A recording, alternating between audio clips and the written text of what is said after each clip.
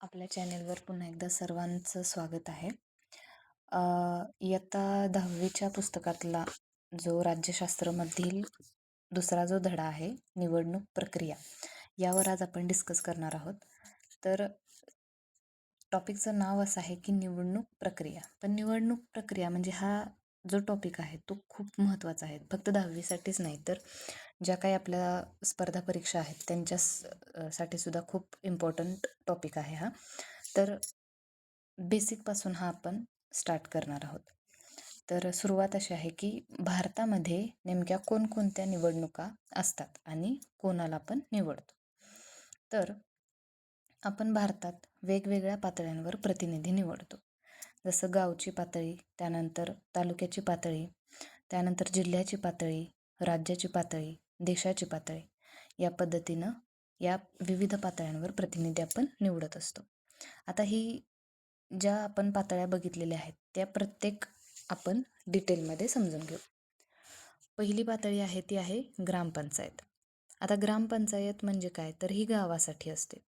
मग गावातील रस्ते, पाणी, स्वच्छता, दिवे, गटारी अशा स्थानिक कामांसाठी ग्रामपंचायत काम करत असते. गावातील लोक ग्रामपंचायत सदस्य निवडतात. ग्रामपंचायतीचा प्रमुख कोण असतो, तर सरपंच असतो. म्हणजे गावासाठी ग्रामपंचायत कार्य करते आणि ग्रामपंचायतीचा प्रमुख असतो तो सरपंच असतो. त्यानंतर येते ती पंचायत समिती. आता अशी अनेक गावं मिळून एक तालुका तयार होतो, बरोबर. मग या तालुक्याच्या पातळीवर पंचायत समिती असते. म्हणजे त्या गावांच्या विकासाशी संबंधित काही कामांसाठी पंचायत समिती काम करत असते. मग पंचायत समितीच्या सदस्यांची निवडणूक होते. म्हणजे गावासाठी कोण काम करतं, तर ग्रामपंचायत, आणि अनेक गावांसाठी पंचायत समिती असते. त्यानंतर असते ती जिल्हा परिषद. अनेक तालुके मिळून जिल्हा बनतो. जिल्हा पातळीवर जिल्हा परिषद असते. मग जिल्हा परिषद काय करते, ग्रामीण भागातील शिक्षण, आरोग्य, रस्ते, पाणी पुरवठा, ग्रामीण विकास अशा अनेक कामांमध्ये भूमिका बजावते. आता इथं परत एकदा आपण समजून घेऊया. गावासाठी काय बघितलं आपण, ग्रामपंचायत, त्यानंतर तालुक्यासाठी असते पंचायत समिती आणि जिल्ह्यासाठी असते जिल्हा परिषद. हे तीन मुख्यतः ग्रामीण स्थानिक स्वराज्य संस्थांशी संबंधित आहेत. त्यानंतर आहे ती म्हणजे विधानसभा. आता आपण गाव, तालुका, जिल्हा सोडून थोडंसं राज्याच्या पातळीवर येऊया. आता आपण महाराष्ट्र राज्यामध्ये राहतो, बरोबर. महाराष्ट्र हे आपलं राज्य आहे. महाराष्ट्रामध्ये अनेक विधानसभा मतदारसंघ असतात. मग प्रत्येक मतदारसंघातून लोक एक प्रतिनिधी निवडतात. त्या प्रतिनिधीला आपण काय म्हणतो, आमदार म्हणतो. म्हणजेच काय, MLA, member of legislative assembly. MLA म्हणजे आपण त्याला आमदार असं म्हणतो. मग आता जनता काय करते, आमदार निवडते आणि आमदारांचा मिळून विधानसभा असते. उदाहरणार्थ, एखाद्या मतदारसंघातून एखादा उमेदवार जिंकला तर तो त्या मतदारसंघाचा आमदार होतो. मग सर्व हे जे आमदार आहेत ते मिळून काय होते, तर विधानसभा तयार होते. आता ही जी विधानसभा आहे ती काय काम करते, तर विधानसभा ही राज्याच्या पातळीवर कायदे करण्याचं महत्त्वाचं काम करते. राज्याच्या पातळीवर म्हणजे फक्त महाराष्ट्र राज्य किंवा इतर जी राज्य आहेत आपली, त्या राज्यांच्या पातळीवर ही विधानसभा कार्यरत असते. मग आता आपण महाराष्ट्राचंच उदाहरण घेतोय. मग महाराष्ट्रासाठी आवश्यक असलेल्या अनेक राज्यविषयक बाबी आहेत, त्यावर विधानसभा चर्चा करते आणि त्यावर कायदे करते. उदाहरणार्थ, आपल्या राज्यामधील असलेलं शिक्षण, आरोग्य, शेती, पोलीस, सार्वजनिक व्यवस्था इत्यादी विषयांवर हे राज्य सरकार काम करतं. आता बघा, तुम्ही विधानसभा बघितलं, मग आता तुमच्या मनामध्ये येईल की मुख्यमंत्री कुठून येतो. हा खूप सोपा मुद्दा आहे. आता जनता काय करते, थेट मुख्यमंत्री निवडत नाही. जनता काय करते, तर आमदार निवडते. मग निवडणुकीनंतर ज्या पक्षाला किंवा ज्या आघाडीला बहुमत मिळतं त्यांचा जो नेता आहे तो कोण होतो, मुख्यमंत्री बनतो. म्हणजे जनता कोण निवडते, आमदार निवडते आणि जो बहुमत मिळणारा जो पक्ष आहे त्यांमधून एक कोण होतो? मुख्यमंत्री होतो. त्यानंतर आहे लोकसभा. आता आपण राज्याच्या वर म्हणजे थोडंसं देशाच्या पातळीवरती येऊया. आता आपला भारत हा देश आहे. मग देशासाठी कोण असते तर संसद असते. मग भारतीय संसदेमध्ये 2 सभागृह आहेत. कोणत्या? पहिली म्हणजे लोकसभा आणि दुसरी म्हणजे राज्यसभा. आता आपण सुरुवातीला लोकसभा समजून घेऊ. लोकसभा म्हणजे काय? तर जनतेनं थेट निवडून दिलेल्या प्रतिनिधींचं सभागृह. जनतेनं थेट निवडून दिलेल्या प्रतिनिधींचं सभागृह आहे. म्हणजे इथं कोण करते? जनता मतदान करते. जनता आपल्या मतदारसंघातून एक खासदार निवडते. या खासदाराला आपण MP म्हणतो. MP म्हणजे काय? Member of parliament. म्हणजे आता बघा, जनता कोणाला निवडते? खासदाराला निवडते. ठीक आहे. त्यानंतर आता खासदार म्हणजे काय? तर खासदार म्हणजे संसदेत जनतेचे प्रतिनिधित्व करणारी व्यक्ती. उदाहरणार्थ, लोकसभा मतदारसंघातून एखादा उमेदवार जिंकला. तो काय करतो? लोकसभेत जातो. तो आपल्या मतदारसंघाचं काय करणार आहे? तर प्रतिनिधित्व करणार आहे. आता पंतप्रधान. पंतप्रधान कसा निवडला जातो? तर जनता थेट पंतप्रधानांना मतदान करत नाही. जनता लोकसभा सदस्य म्हणजे खासदार निवडते. मग लोकसभा निवडणुकीत ज्या पक्षाला किंवा आघाडीला बहुमत मिळतं त्या पक्षाचा आघाडीचा नेता कोण होतो? पंतप्रधान बनतो. म्हणजे जनता खासदार निवडते. बहुमत मिळवणारा पक्ष त्यामधून एक त्यांचा कोण होतो? पंतप्रधान होतो. त्यानंतर आहे राज्यसभा. आता आपण राज्यसभा समजून घेऊया. लोकसभा म्हणजे जनतेनं थेट निवडलेले प्रतिनिधी. पण राज्यसभेचं कसं असतं? राज्यांचे प्रतिनिधित्व करणारं हे सभागृह आहे. राज्यसभेचे सदस्य म्हणजे खासदारच असतात. पण त्यांची निवड लोकसभा सदस्यांसारखी थेट सामान्य जनता करत नाही. राज्यसभेच्या सदस्यांची निवड मुख्यतः राज्यातील जे आमदार आहेत ते करत असतात. आता लोकसभा आणि राज्यसभा अगदी सोप्या भाषेत आपण बघूया. लोकसभा आपण काय म्हटलं की जनतेकडून निवडलं जातं.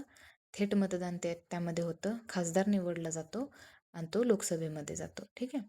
आणि राज्यसभेचं काय असतं तर जनता कोणाला निवडते? आमदारांना निवडते आणि आमदार राज्यसभा सदस्य होतात. राज्यसभा सदस्यांना निवडतात. आता संसद म्हणजे काय? लोकसभा आणि राज्यसभा मिळून संसद तयार होते.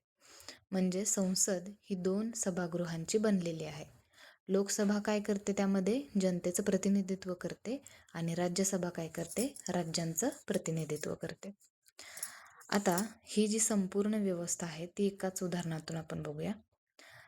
गावातील स्थानिक कामं म्हणजे रस्ता, पाणी, स्वच्छता इत्यादी हे कोण बघतं? ग्रामपंचायत बघते. तालुक्याशी संबंधित ग्रामीण विकासाची कामं कोण बघतं? पंचायत समिती. म्हणजे बघा, गावाशी निगडीत आहेत कामं ती ग्रामपंचायत बघते. तालुक्याशी संबंधित असलेली जी कामं आहेत ती पंचायत समिती बघते. जिल्ह्याशी संबंधित असलेली सगळी विकासाची कामं आहेत ती जिल्हा परिषद बघते. आणि महाराष्ट्र राज्याशी संबंधित विषय जर असतील तर ती विधानसभा, आमदार, मुख्यमंत्री हे लोक बघतात. आणि भारत देशाशी संबंधित विषय आहे ते लोकसभा, खासदार, पंतप्रधान, राज्यांचे प्रतिनिधित्व, राज्यसभा, खासदार हे सर्व बघत असतात. आता निवडणूक आयोग कुठे येतो? आता देशाच्या पातळीवर लोकसभा, राज्यसभा, राष्ट्रपती, उपराष्ट्रपती आणि राज्याची पातळी विधानसभा या निवडणुका भारतीय निवडणूक आयोग घेतो. आता स्थानिक पातळीवर काय असतं तर ग्रामपंचायत, पंचायत समिती, जिल्हा परिषद, नगरपालिका, महानगरपालिका या निवडणुका राज्य निवडणूक आयोग घेतं. कोणत्या निवडणुका भारतीय निवडणूक आयोग घेतं तर देशाच्या पातळीवरच्या आणि राज्याच्या पातळीवरच्या. म्हणजेच कोणत्या? लोकसभा, राज्यसभा, राष्ट्रपती, उपराष्ट्रपती यांच्या निवडणुका आणि विधानसभेच्या निवडणुका हे भारतीय निवडणूक आयोग घेतं. आणि स्थानिक पातळीवरच्या म्हणजेच ग्रामपंचायत, पंचायत समिती, जिल्हा परिषद, नगरपालिका, महानगरपालिका ह्या ज्या निवडणुका आहेत स्थानिक पातळीवरच्या त्या कोण घेतं तर राज्य निवडणूक आयोग घेतं. आता एकदम शेवटची सुपर ट्रिक बघूया. गावासाठी ग्रामपंचायत, तालुक्यासाठी पंचायत समिती, जिल्ह्यासाठी जिल्हा परिषद, त्यानंतर राज्यासाठी विधानसभा, देशासाठी लोकसभा, राज्यांचे प्रतिनिधित्व राज्यसभा. आणि लक्षात काय ठेवायचं आहे, आमदार विधानसभेत जातात, त्यातूनच एक मुख्यमंत्री निवडला जातो. खासदार लोकसभेत जातो आणि त्यामधूनच जो एक आहे तो पंतप्रधान बनतो. आता जो महत्त्वाचा घटक आहे भारतीय निवडणूक आयोग, इलेक्शन कमिशन ऑफ इंडिया. आता हा निवडणूक आयोग म्हणजे काय, तर भारतात लोकशाही पद्धतीने निवडणुका पार पाडण्यासाठी स्थापन केलेली स्वतंत्र घटनात्मक संस्था म्हणजे भारतीय निवडणूक आयोग. सोप्या भाषेत सांगायचं गेलं तर देशात निवडणुका निष्पक्ष, मुक्त आणि पारदर्शक पद्धतीने घेण्याची जबाबदारी असलेली संस्था म्हणजे निवडणूक आयोग होय. भारतीय संविधानानं निवडणूक आयोगाला निवडणूक प्रक्रियेचे अधीक्षण, निर्देशन आणि नियंत्रण दिलेलं आहे. हे संविधानानंच त्यांना दिलेलं आहे. आता आपल्या या आयोगाची स्थापना कधी झाली, तर 25 जानेवारी 1950 रोजी निवडणूक आयोगाची स्थापना झाली. म्हणूनच दरवर्षी 25 जानेवारी हा दिवस राष्ट्रीय मतदार दिन म्हणून साजरा केला जातो. भारतीय संविधान लागू होण्याच्या एक दिवस आधी म्हणजे 25 जानेवारी 1950 रोजी निवडणूक आयोगाची स्थापना झाली. आता ह्याचं जे मुख्यालय आहे ते कुठं आहे, निर्वाचन सदन, अशोक रोड, नवी दिल्ली, हा त्या निवडणूक आयोगाचा पत्ता आहे, ॲड्रेस आहे. त्यानंतर संविधानातील कोणत्या कलमात हे येतं ते आपण बघूया. हा खूप महत्त्वाचा प्रश्न आहे. भारतीय संविधानाचा भाग 15 कलम 324 ते कलम 329 यामध्ये निवडणुकांशी संबंधित तरतुदी नमूद आहेत. आता सगळ्यात महत्त्वाचं म्हणजे कलम 324 हा निवडणूक आयोग आहे. यात निवडणुकांचं अधीक्षण, दिग्दर्शन आणि नियंत्रण ही जबाबदारी निवडणूक आयोगाकडे दिलेली आहे. कलम लक्षात कसं ठेवायचं, 324 इलेक्शन कमिशन हे लक्षात ठेवायचं आपल्याला आहे. आता निवडणूक आयोग कोणत्या निवडणुका घेतो, भारतीय निवडणूक आयोग खालील निवडणुका घेतो. आता कोणकोणत्या आपण मगाशी बघितलेलंच आहे, पण तरी आपण बघूया. लोकसभा, राज्यसभा, राज्यांच्या विधानसभा, राष्ट्रपती आणि उपराष्ट्रपती या पदांच्या ज्या निवडणुका आहेत ते आपले भारतीय निवडणूक आयोग घेतं. त्यानंतर ग्रामपंचायत, नगरपालिका, महानगरपालिका, जिल्हा परिषद, पंचायत समिती यांच्या निवडणुका भारतीय निवडणूक आयोग घेत नाही. तर कोण घेतं, मगाशी आपण पाहिलं, राज्य निवडणूक आयोग घेतं. निवडणूक आयोगाची रचना. सध्या निवडणूक आयोग 3 सदस्यांचा आहे. तो कोणता, म्हणजे मुख्य निवडणूक आयुक्त, चीफ इलेक्शन कमिशनर, त्यालाच आपण CEC म्हणतो. त्यानंतर निवडणूक आयुक्त. अधिकृत माहितीनुसार सध्या ही 3 सदस्यीय रचना आहे.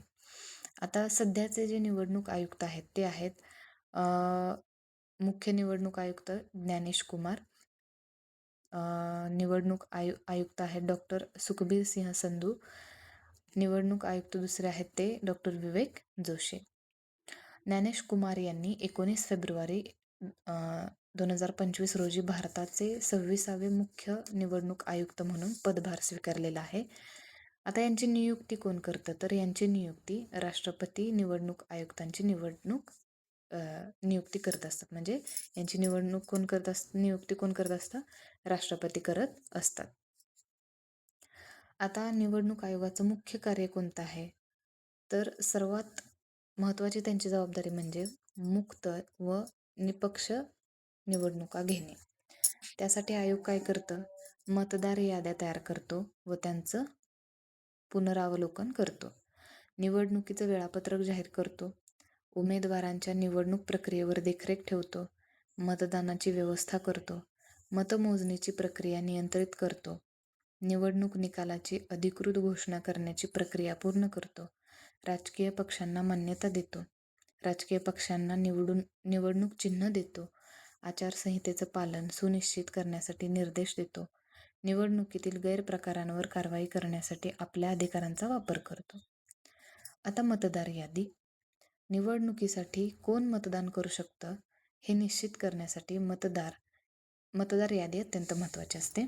18 वर्ष पूर्ण केलेला पात्र भारतीय नागरिक मतदार म्हणून नोंदणी करू शकतो. मतदार यादीमध्ये नाव असणे मतदानासाठी अत्यंत महत्त्वाचं आहे. आता राजकीय पक्ष आणि निवडणूक चिन्ह. निवडणूक आयोगाचं आणखी एक महत्त्वाचं काम म्हणजे राजकीय पक्षांना मान्यता देणं आणि निवडणूक चिन्हांशी संबंधित निर्णय घेणं. उदाहरणार्थ आपल्याला माहिती आहे की कमळ हे जे चिन्ह आहे ते कोणत्या पक्षाचं आहे तर BJPचं आहे. त्यानंतर जो हाताचा पंजा आहे तो कोणाचा आहे? काँग्रेसचा आहे. घड्याळ आहे ते NCPचं आहे. त्यानंतर धनुष्यबाण आहे ते शिवसेनेचं आहे. मग अशा चिन्हांमुळं मतदारांना उमेदवार पक्ष ओळखणं सोपं जातं. त्यानंतर जो पॉईंट आहे तो आहे आदर्श आचारसंहिता. निवडणूक जाहीर झाल्यानंतर राजकीय पक्ष आणि उमेदवारांनी पाळायचे नियम म्हणजे आदर्श आचारसंहिता. याला मॉडेल कोड ऑफ कंडक्ट किंवा MCC म्हणतात. याचा उद्देश काय आहे तर सर्व पक्षांना समान संधी मिळावी, सरकारी यंत्रणेचा गैरवापर होऊ नये, मतदारांवर अनुचित प्रभाव टाकला जाऊ नये, निवडणूक प्रक्रिया निष्पक्ष राहावी, निवडणूक आयोग राजकीय पक्षांशी चर्चा करून आणि आपल्या घटनात्मक अधिकारांचा वापर करून आचारसंहितेची अंमलबजावणी करतो. निवडणूक आयोग स्वतंत्र का असतो? समजा आता बघा, निवडणुका घेण्याची जबाबदारी एखाद्या सत्ताधारी पक्षाकडे जर दिली तर काय होईल? तो पक्ष स्वतःच्या फायद्यासाठी निवडणूक प्रक्रिया बदलू शकतो. म्हणून निवडणूक आयोगाला स्वतंत्र घटनात्मक संस्था म्हणून स्थान देण्यात आलं आहे. मग यामुळं काय झालं तर सत्ताधारी पक्ष, विरोधी पक्ष, उमेदवार आणि मतदार या सर्वांसाठी समान निवडणूक वातावरण निर्माण करण्याचा प्रयत्न केला जातो. आता आपल्या निवडणूक आयोगाचं महत्त्व काय आहे तर लोकशाहीमध्ये सत्ता कोणाकडे असावी हे जनता ठरवतं. पण जनता आपला निर्णय मतदानातून व्यक्त करतं. म्हणून मतदार मतदान करतो, निवडणूक प्रतिनिधी निवडला जातो, निवडणूक आयोग प्रक्रिया निष्पक्ष ठेवतो, लोकशाही मजबूत होते. म्हणूनच निवडणूक आयोग हा भारतीय लोकशाहीचा अत्यंत महत्त्वाचा आधारस्तंभ आहे. अशा पद्धतीनं जे आपण निवडणूक प्रक्रिया आहे किंवा आपलं जे निवडणूक आयोग आहे आणि स्थानिक पातळीवर त्यानंतर राज्य पातळी म्हणजे देश पातळीवरचे जे आयोग आहेत त्यांची कामं ही आपण बघितलेली आहेत आणि सविस्तर त्याची माहिती बघितलेली आहे. यामध्ये जर तुम्हाला शंका असेल तर कमेंटमध्ये कळवा. व्हिडिओ आवडल्यास लाईक करा.